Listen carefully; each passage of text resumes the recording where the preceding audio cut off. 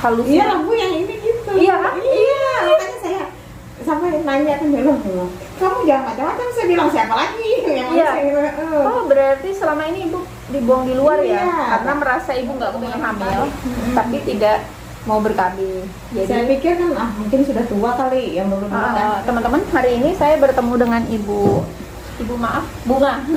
Iya. Nama samaran ya guys, karena ibunya ini makanya saya blur nanti videonya, karena hari ini akan ada, maksudnya saya ingin mengambil sebuah pelajaran di sini buat ibu-ibu yang memang tidak mau hamil tapi tidak mau KB. Iya. Ya. Jadi ini ibunya kan konsultasi perencanaan KB nanti setelah melahirkan ke saya. Jadi ibu maaf, usianya berapa? Sudah 39. Usia 39 tahun. Ya, anaknya udah berapa? Sudah 3. 3. Ini berarti rencana hamil yang keempat ya. Terus menggunakan KB atau tidak? Enggak. Enggak. Jadi maaf, yang pertama ke kedua pakai KB. Iya, kadang-kadang juga. Kadang-kadang juga. Yang Kadang melihat 1 bulan aman kan, jadi oh nah, gitu. Maksudnya aman itu suami tidak ada atau enggak hamil. oh nggak hamil? Oh gitu. Iya. Karena melihat 1 bulan aman terus akhirnya enggak Besok bulan depan enggak lagi gitu. Jadi yang kedua ketiga masih sama. Nggak KB juga. Tak pakai kadang enggak. Nah, yang dipakai apa? Pil kah? Suntik. Suntik. Sering Suntik sebulan, 3 bulan? Iya, campur-campur aja, kadang sebulan, kadang ambil 3 bulan. Kalau mau Ramadan tuh kadang ambil 3 bulan. Oh gitu. Kalau Ramadan biar nggak utang puasa kali ya. Iya. Nah terus yang ini karena dia merasa mungkin bukan orang yang gampang hamil ya, ibu merasanya. Iya, rasanya gitu. Karena kemarin kan memang beda suami kan 3 tahun nggak pakai apa-apa. 3 tahun nggak ada pakai apa-apa. Iya, jadi Suaminya kemana? cerai. Oh cerai. Oh Iya. subhanallah. Jadi sebenarnya ini adalah anak pertama dari suami kedua. Ketiga. Oh gitu, subhanallah. Jadi tapi maaf, sama suami yang terakhir ini sebenarnya sudah punya anak? Enggak.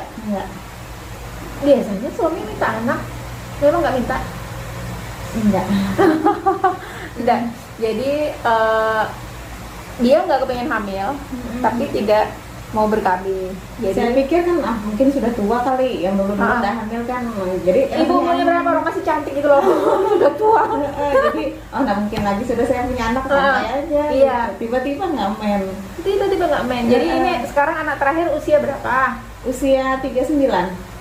Enggak, anak yang ke 12. Oh, sudah besar ya. Jadi dia itu 12 tahun dan tidak hamil ya, ibaratnya ya. Jadi kayak nggak takut gitu. kayaknya nggak mungkin deh hamil. Iya, ini ini banyak faktor usia kali gitu. ya, banyak kejadian yang seperti itu. Anaknya udah SMA, anaknya udah SMP, ternyata dia hamil. Iya. Jadi buat ibu-ibu yang selama tidak mau hamil, ya udah gunakan KB aja daripada belum siap. Tapi ini siap dan siap, harus siap loh ya. Nggak mau. Oh nggak mau, harus mau. Tapi ya. mungkin yang terakhir sudah. Yang terakhir. Berarti nanti setelah melahirkan harus pakai KB. Ibu ada resiko tinggi hamilnya? Nggak juga, nggak ada. Faktor resiko aja ya, berarti karena faktor usia aja ya. Iya.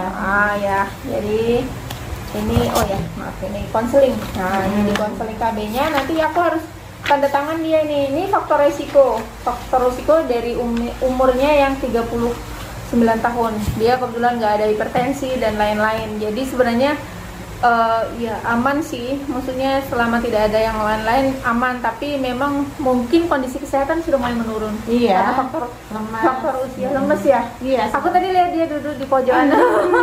Tapi baris banget. Iya. Ini hamil berapa bulan? Kayaknya jalan 3 dah. Jalan 3 bulan ya.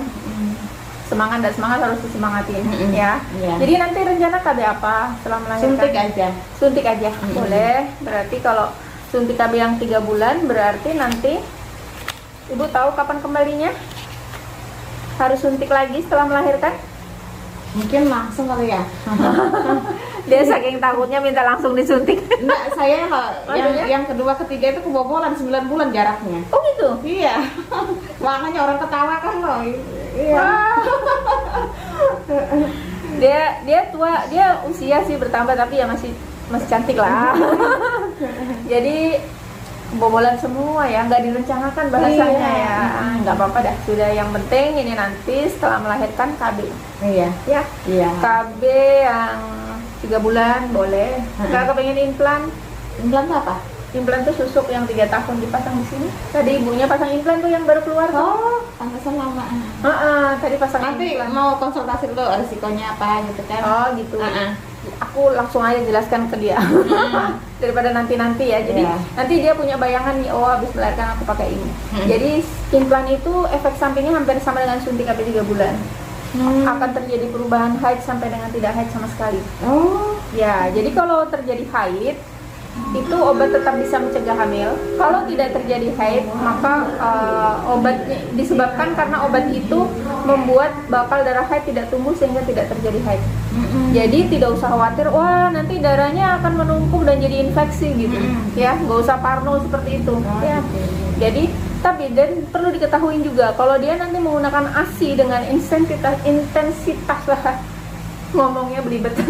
Kalau dia menggunakan ASI dengan intensitas yang tinggi, artinya bayinya sering nyusu nih, itu akan meningkatkan hormon produksi ASI, sehingga hormon produksi ASI-nya itu tadi yang meningkat tadi menekan hormon proses haid sehingga tidak terjadi haid. Jadi 2 faktor ya nanti yang menyebabkan dia selama dia menyusuin, yang menyebabkan dia tidak terjadi haid karena faktor menyusuinya dan karena faktor KB-nya itu sendiri. Nah, yang ditakutkan dari pemasangan implan adalah mengerikan ya. Iya. Operasi kecil ya? Operasi kecil. Tapi kan nggak terasa sakit ya. Jadi cuma dikasih bius dulu. Begitu biusnya bekerja, alatnya dimasukkan. Dan Nanti melepasnya melepasnya di bius juga. Bukan bius itu total, tapi di bius di sekitar Bagian pemasangan dan dibukanya saja. Jadi tidak terasa sakit. Ya. Kalau pakai spiral nggak kepengen. Belum tahu juga, taunya KB aja. Kalau spiral itu kan dipasang di rahim ya. Nah itu kalau misalnya ibu kalau cocok nih sebenarnya lebih nyaman karena nggak ada efeknya ke badan gitu. Tapi kan nggak semua bisa cocok. Nah IUD ini yang lagi tren naik karena pemasangan pasca salin. Jadi habis melahirkan, kalau rencana ibu melahirkan di rumah sakit atau di rumah atau di bidan? Di bidan. Bidan Hera. Nah tadi udah ketemu sama bidan Hera ya? Iya. Nah itu begitu melahirkan langsung dipasang. Jadi udah habis melahirkan orang sudah nggak mikirin KB lagi gitu. Nah sekarang tentang pemasangan KB implan. Ayo suntik dulu. Kalau suntik KB, kalau pil ibu sudah nggak berminat kan? Enggak, sering lupa. Kita lupakan saja soal pil. Kalau menggunakan suntik KB, ibu bisa kembali hari ke-40. Oh 40. Ya. Suntik KB-nya di hari ke-40 ya. Iya. Nah, kalau sebaiknya jangan berhubungan dulu. Iya. Atau gunakan kondom. Nanti 7 hari obat baru bisa mencegah hamil. Nah, kalau implan ibu bisa pasang kapan saja setelah melahirkan. Mau habis melahirkan dipasang boleh. Mau 1 bulan dipasang boleh. Yang penting sebelum 30 hari. Ya. Jadi tidak mengganggu bercinta. Maksudnya bapaknya minta nih setelah 30 hari boleh. Iya. Itu kebutuhan dasar ya Bu ya. Iya. Nah terus kalau menggunakan suntik udah, implan sudah. Kalau menggunakan IUD bisa dipasang sesaat setelah melahirkan. Jadi pasca lahirnya plasenta sebelum 2 jam itu boleh dipasang.